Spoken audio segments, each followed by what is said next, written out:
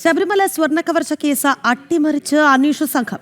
കട്ടിളപ്പാളി സ്വർണ്ണക്കവർച്ച കേസിലെ അന്വേഷണം അവസാനിപ്പിച്ചു. മുൻ ദേവസ്വം മന്ത്രി കടകംപള്ളി സുരേന്ദ്രനെ തൊടാതെയാണ് SITയുടെ നീക്കം. സെപ്റ്റംബർ ആദ്യയാഴ്ച കുറ്റപത്രം സമർപ്പിക്കുമെന്നാണ് വിവരങ്ങളുമായി ശ്യാമപ്രസാദ് ചേരുകയാണ് തലസ്ഥാനത്ത് നിന്ന്. ശ്യാമ, എന്താണോ നമ്മൾ പറഞ്ഞു വെച്ചത് അല്ലെങ്കിൽ നമ്മൾ കരുതിയത് അത് തന്നെയാണ് ഇവിടെ സംഭവിക്കുന്നത്?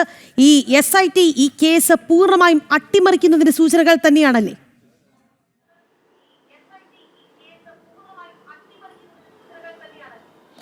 രാഖി, 2019 ശബരിമല കട്ടിളപ്പാളി കേസിലാണ് അന്വേഷണം അട്ടിമറിക്കുന്ന സാഹചര്യത്തിലേക്ക് തന്നെ നീങ്ങുന്നത്. എന്തായാലും അന്വേഷണം ഏറെക്കുറെ പൂർത്തിയായെന്നാണ് ഇപ്പോൾ SITയുടെ അവകാശവാദം.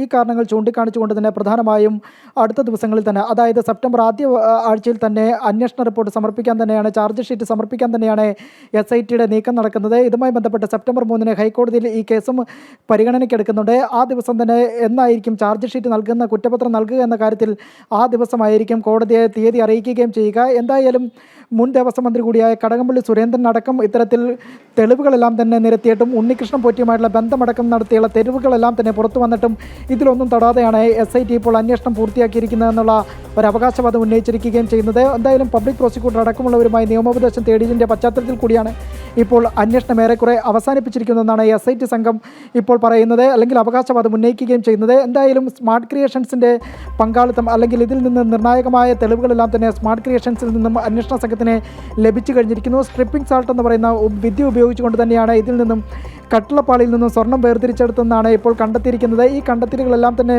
വെച്ചുകൊണ്ടായിരിക്കും അന്വേഷണ സംഘം റിപ്പോർട്ട് സമർപ്പിക്കുകയും ചെയ്യുക. അതായത് ഈ രാസലായനി തയ്യാറാക്കാനായിട്ട് മുംബൈയിൽ നിന്നടക്കം രാസവസ്തുക്കൾ എത്തിച്ചുവെന്നും അന്വേഷണ സംഘത്തിൻ്റെ വിലയിരുത്തൽ. എന്തായാലും മുൻ ദേവസ്വം മന്ത്രി കൂടിയായ കടകംപള്ളി സുരേന്ദ്രനെയും ഒപ്പം തന്നെ നിലവിൽ ആരോപണ വിധേയരായ രാഷ്ട്രീയക്കാരെയും എല്ലാം തന്നെ ഒഴിവാക്കിക്കൊണ്ട് തന്നെയായിരിക്കും അന്വേഷണ റിപ്പോർട്ട് അന്വേഷണ സംഘം സമർപ്പിക്കാൻ ഒരുങ്ങുന്നത്. രാഖി, യുടെ ഒരു സന്ദർശനം ഉണ്ടായിരുന്നല്ലോ, നിർണായകമായ സന്ദർശനം.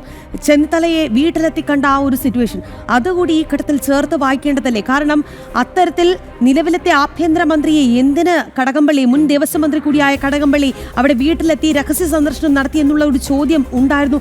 അതിനുകൂടി ഏതാണ് ഉത്തരമാവുകയാണോ ഇപ്പോൾ?